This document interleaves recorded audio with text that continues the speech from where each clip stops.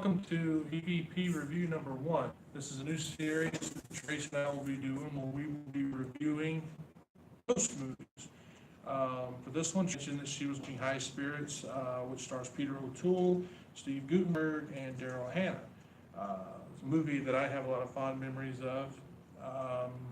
So I thought, hey, why don't we review that one? So welcome to the show, everyone. Tracy, I don't know if you knew this, but before Peter O'Toole was cast to play the old man in the movie, Sir Sean Connery was. Yeah. He was offered the role of Peter Plunkett, which was the name of the older guy in the movie. He dropped out of the film, and the role was recast to be played by Peter O'Toole. Steve Guttenberg said about Peter O'Toole that he stood his ground. He knew when to say no. He would tell him, if he didn't like an idea for his character, he would actually tell him no. It was not making him hard to work with. He just was a perfectionist in his craft. So what are your memories of the movie besides what you saw the other day? Oh, geez, I got excited when I knew it was going to come on TV, because back in the 80s is when it first came out, am I right? 88. Okay. 80, okay, and I remember it first coming out, and I get excited when I knew I was going to watch it on TV. My mom will say, hey, High Spirits is on, and me and my sisters and my mom sit down and watch it, and I just loved it. I loved all the actors in it, and I thought the characters were wonderful, the animation in it was wonderful. Mm-hmm. It's a good movie. It's really hard to find. I haven't been able to find it or rent it nowhere. I just got lucky and ran into it on YouTube. Thank you, YouTube. Yeah, I watched it. It's up free on Vudu right now. So Oh, okay. I watched it in preparation for this. It was one of my favorite movies, one of my favorite ghost movies. But like you said, it's so hard to find. We had to print this cover up for a Blu-ray online because you can't find it for sale anywhere. Amazon has it in a 2-pack with Vampire's Kiss. I don't want a 2-pack. I like Vampire's Kiss, but I don't want a 2-pack. I like having my movies like this, unless it's like Amityville Horror, where I've got 3-pack. I like having a series of movies. I'd rather have a series than have, a 2-pack of different movies, especially when they have nothing to do with each other. I mean, Nicolas Cage going, Right? what's that have to do with High Spirits? Right. Besides the goofiness, Jennifer and me were watching it earlier. Like I said, watched it in preparation for this, and I like watching older movies now, especially with HD, when you can see things. Like if you can rewatch it again. If you watch the scene when I forget the actor's name, he gets struck by lightning. Mm-hmm. You can see just as the lightning strikes him. If you watch the cord that jerks him back. Yeah, I've noticed those things too. Yeah, it was the 80s. Yeah.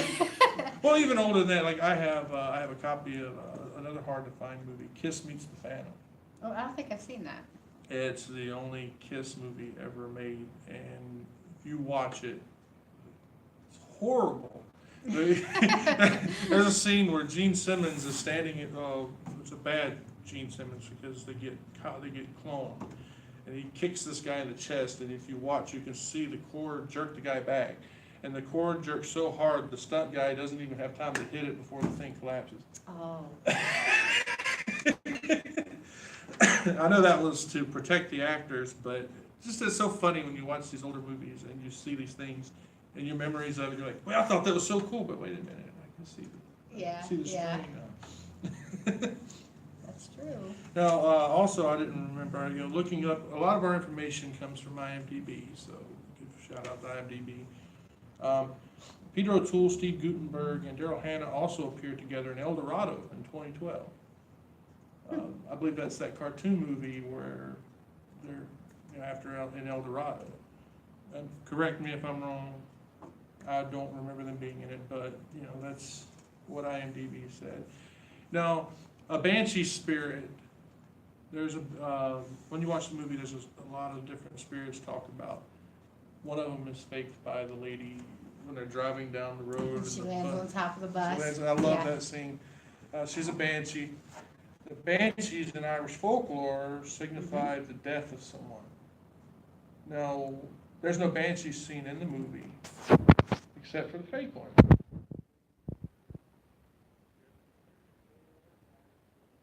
Mhm.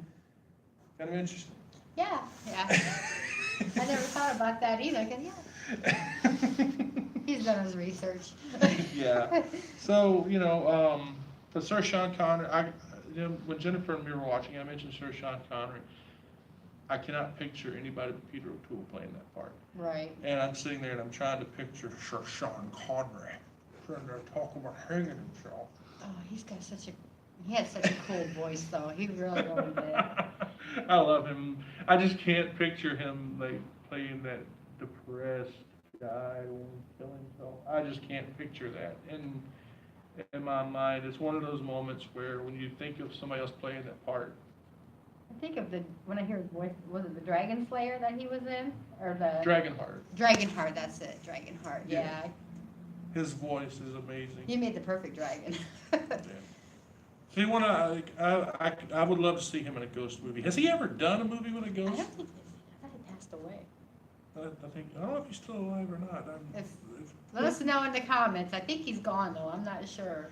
I've never seen him play a ghost in a ghost movie, but I'd love to have seen him, especially if he could have played Harry Price. Even later in life, I'd love to have seen him play that part. Yeah. Sad we haven't gotten any Harry Price movies. As far as the paranormal goes, one of my favorites, and that guy's career is amazing. And the only movie you can find on him is Harry Price Ghost Hunter, which you can't find anywhere. I had to watch it. I had to look through pirated sites years ago to watch it. I shared it in the FPI group back Yes. then. And it's just sad when you think that's all we've got as far as a movie of him. And I think Sean Connery could have played him well. I really do. So, but back to this movie. One of the things that drives me crazy as I look back at these great movies, especially rewatching them, when they think the ending is so wrapped up. Yeah. And it's not.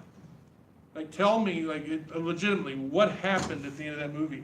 The girl dies, it's happily ever after, Daryl Hannah comes back to life. Is her soul in the body of Beverly D'Angelo? If not, then you have Beverly D'Angelo's dead in strange circumstances at that hotel.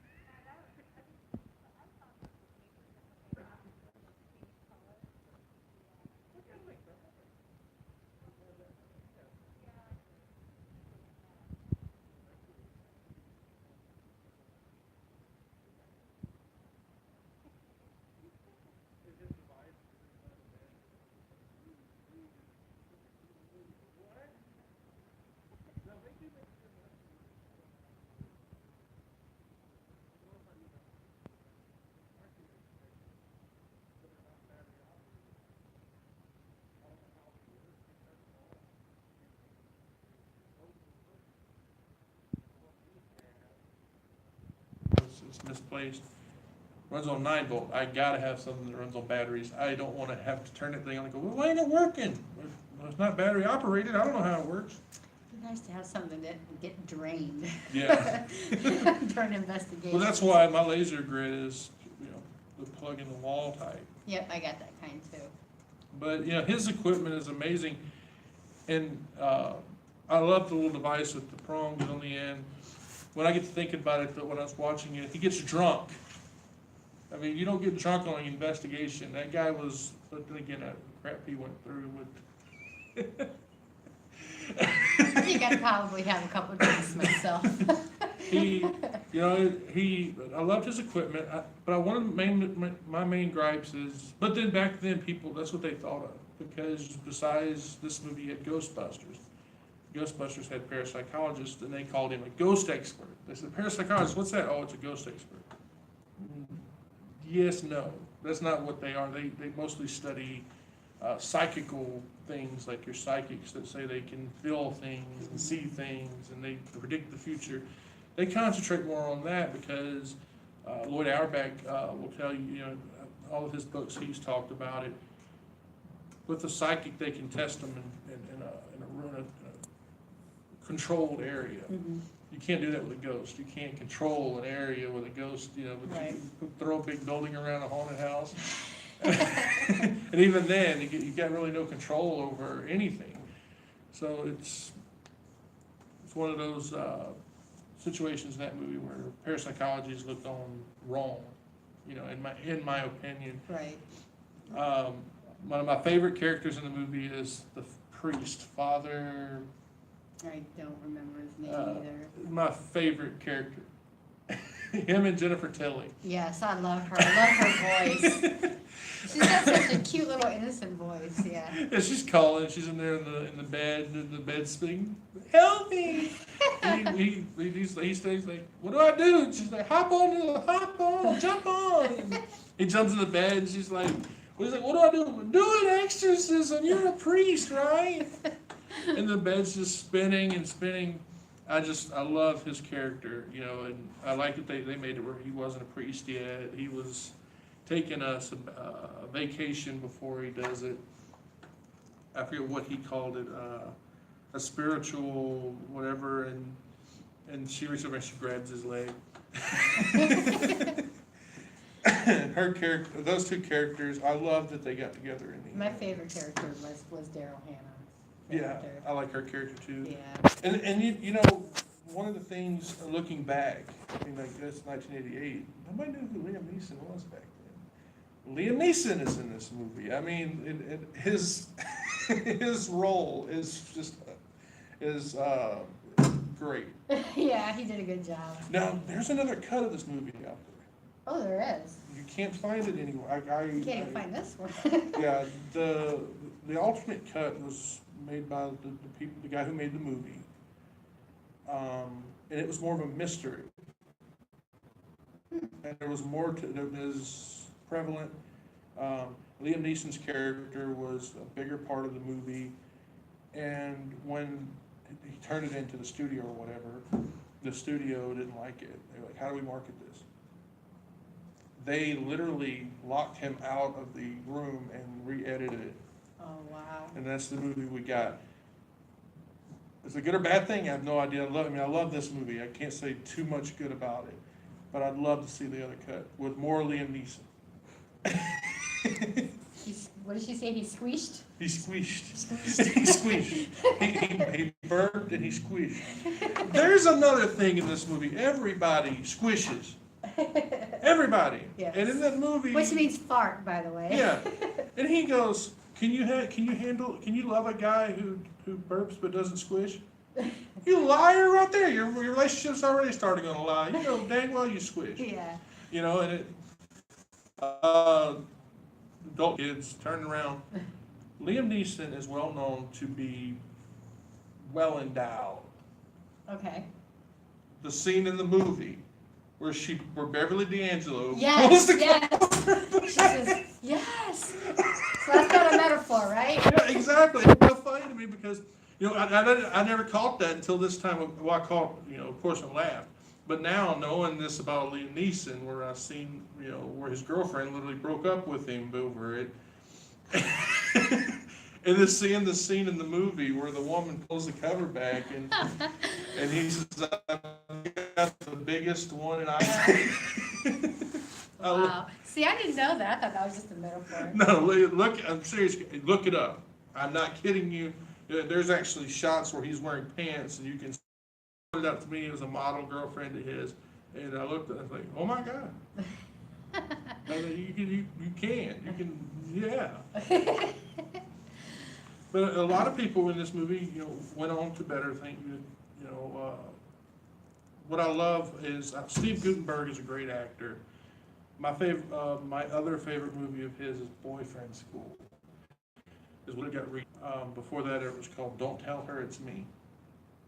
Never heard of those either. It's a romantic comedy, where Steve Guttenberg, he plays a guy who's, I don't know if it's cancer, but he's recovered, and his sister is a writer, and he's telling.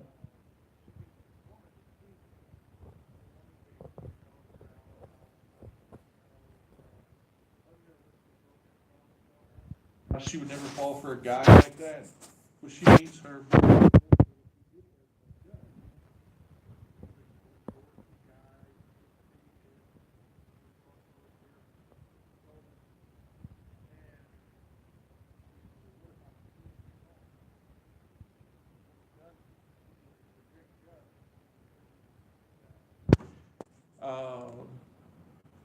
The sister goes to Steve Guttenberg and she turns him into this biker with long flowing hair, calls him Lobo Moronga, and Lobo Moronga. and Okay. creates this whole character with him where he's from I can't think where they come from, Northern England.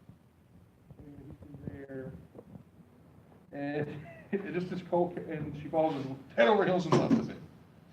And it's a great movie, but you mostly will now find it under Boyfriend School, but it was originally called Don't Tell Her It's Me.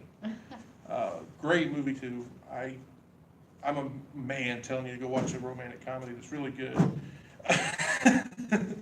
But Daryl Hannah, I love everything she's been in. The Butcher's Wife. Yes. What was that? I can't think of the movie now. Splash. She was in Splash. That was a good movie too. Yeah, she was in Splash. I heard Steel Magnolias. Steel Magnolias. That was one of my mother's favorite movies, Steel Magnolias. I heard a rumor about it.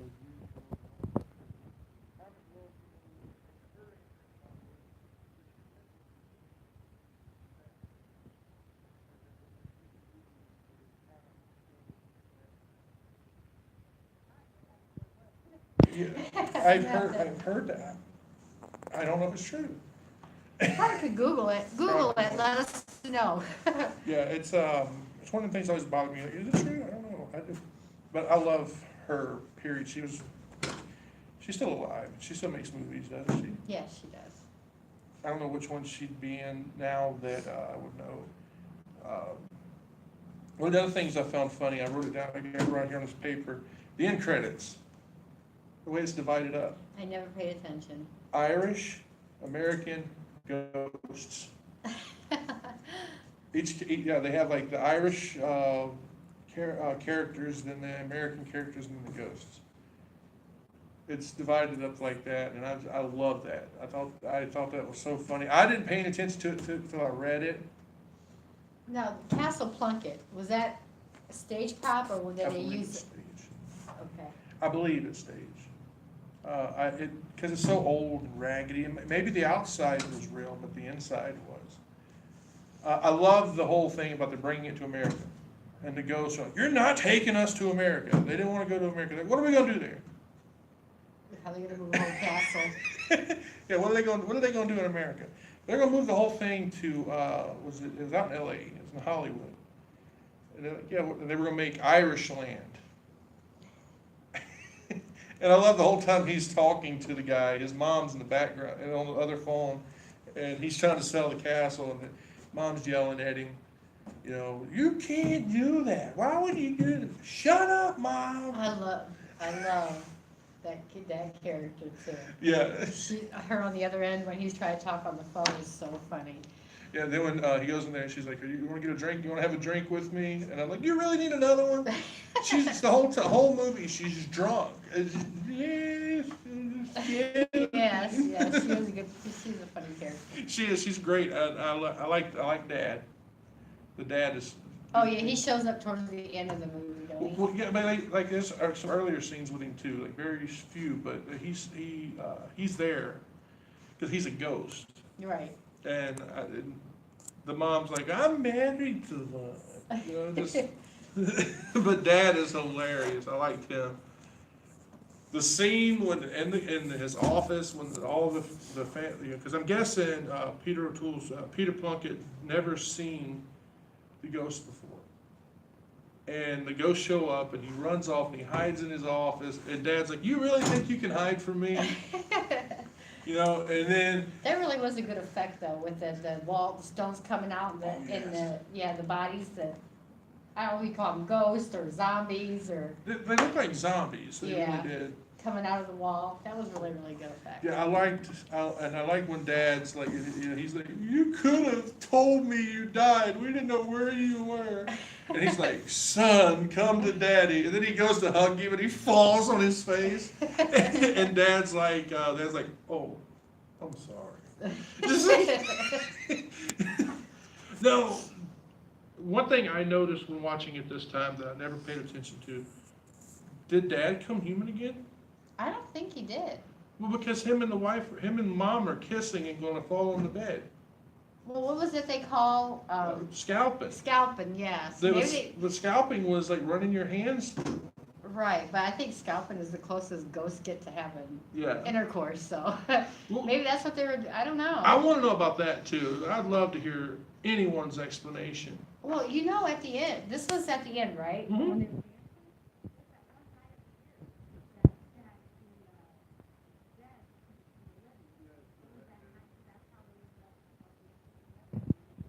So I think it was that night, I think you're right. yeah. One thing that got me this is early in the film, when scalping is first mentioned. Even earlier, Daryl Hannah says, she died is die every day. Mhm. How did she know what scalping was? How did she know how to do it? Not everybody's supposed to take time to those things. I can tell he's a paranormal investigator, he's a pumpkin. Me and Jennifer are watching it, and I go, wait a minute, how does she know what scalping is? She's never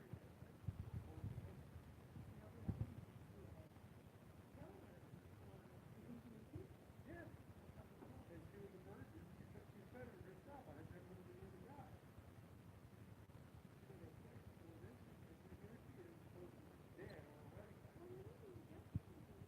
The other.